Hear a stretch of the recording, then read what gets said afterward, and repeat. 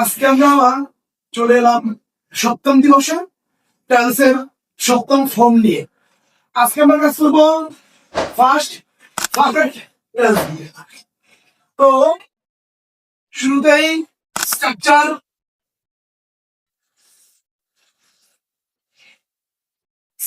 শব্দের অর্থ হলো গঠন প্রণালী।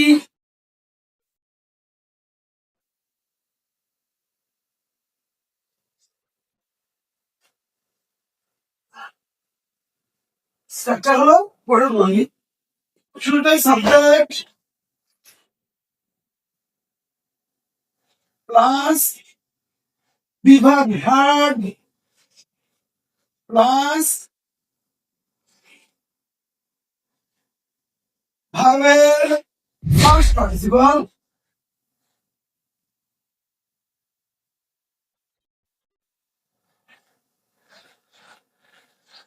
প্লাস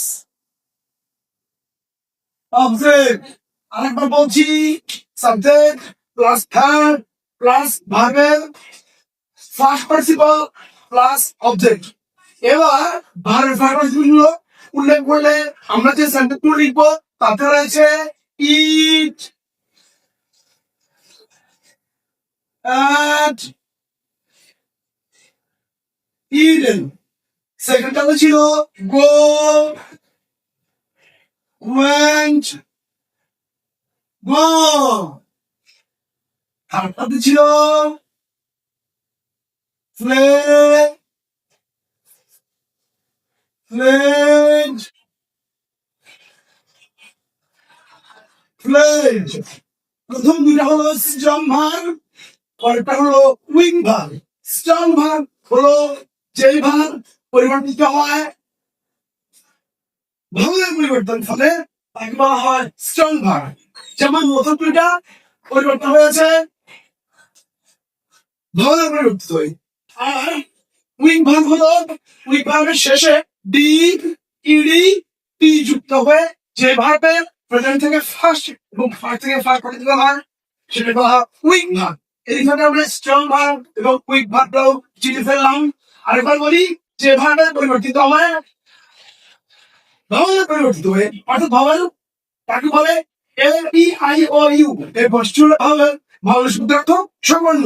ওই সময়তে প্রথম দুইটাতে পরিবর্তিত হয়েছে ভাওয়ালের পরিবর্তন হয়ে যে ভাগগুলো ভাওয়ালে পরিবর্তিত হয়ে হয় সেগুলো বলা হয় strong verb.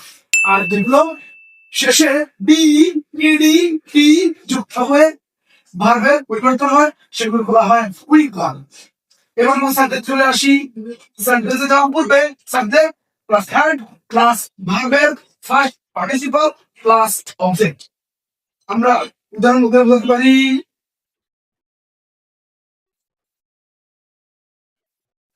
I had eat and eaten, eaten rice। দ্বিতীয় এক্সাম্পল নিতে পারি, গত ক্লাসে ছিল হি, ভালো first participle he had, go went gone, to school। Third example হলো বহুবচন দিয়ে they, thou had, play first participle played, football. আমাদের স্ট্রাকচারটা মনে রাখার জন্য হ্যাড সিঙ্গুলার ফর্মে হ্যাড বসে, প্লুরাল ফর্মে হ্যাড বসে। I had eat at eaten rice. He had went gone to school. They had played football. তাহলে আমরা ভার্বের ফার্স্ট পার্টিসিপল করে ফার্স্ট পারফেক্ট টেন্স করতে পারি। আজকে উদ্যোগটাই সবাই